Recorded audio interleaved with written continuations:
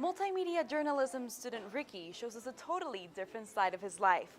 Boxing, the sport that has now become his greatest passion. He lets us take an inside scoop on his rigorous practice. Let's go.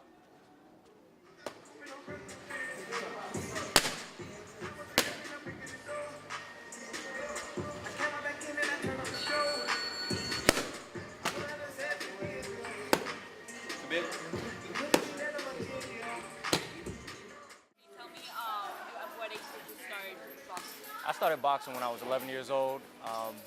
I've been watching it since I was like 5 years old with my mother, and it was her favorite sport since she came to the States. And I got into a lot of fights when I was in elementary school, so I just kind of felt like that was a good place to let loose. And why did you get into this fight? I think it was definitely because I was one of the smaller kids. And I went to a school where there wasn't a lot of Asian Americans, so a lot of kids would be racist and things of that nature. But, and I had a bit of a temper too. But at the same time, when I got in the ring at 11 years old, I started to have a lot of fun with it, and it was cool. And when did this start, not being a game, but it started becoming serious? It started becoming serious probably when I hit about 12, after a year into it. I fought a few times, and then when I got into high school, I love contact sports, so I decided to take 4 years off of boxing to play football. Now, you can't be a football player at 180 pounds and trying to box at the same time, because you have to be light in boxing. Like right now, I fight at 150 pounds. In football, trying to cut that weight would have killed me. So I decided to take a couple years off, but when I graduated high school and saw football wasn't going to be anything for me anymore, I decided to fight again. Okay. And what is your favorite part about practicing?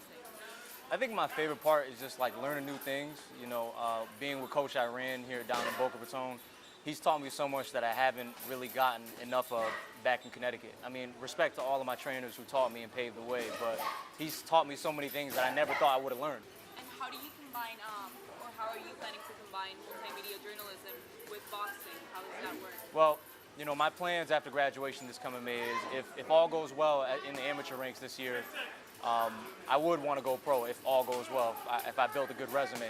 But if it doesn't, I definitely want to try and get into the sports world as a writer, especially in boxing, because there's not a lot of people who know about boxing like that. It's not big like football, basketball, baseball, and I feel like with my extensive knowledge, I could do pretty well. Okay, and how does a day in the life of Rikki look like?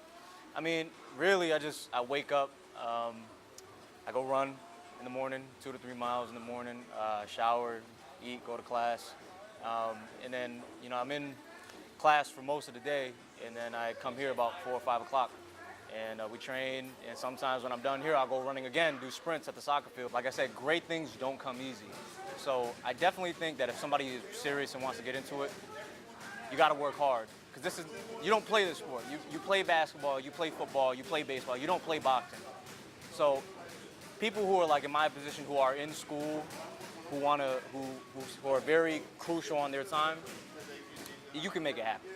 And I limited myself last year, but this year I decided not to. And when I'm not here and I'm not in the classroom, I'm constantly working on new things. Just even in my dorm, I'm shadow boxing or I'm running. So you just got to be patient and just put your all into it.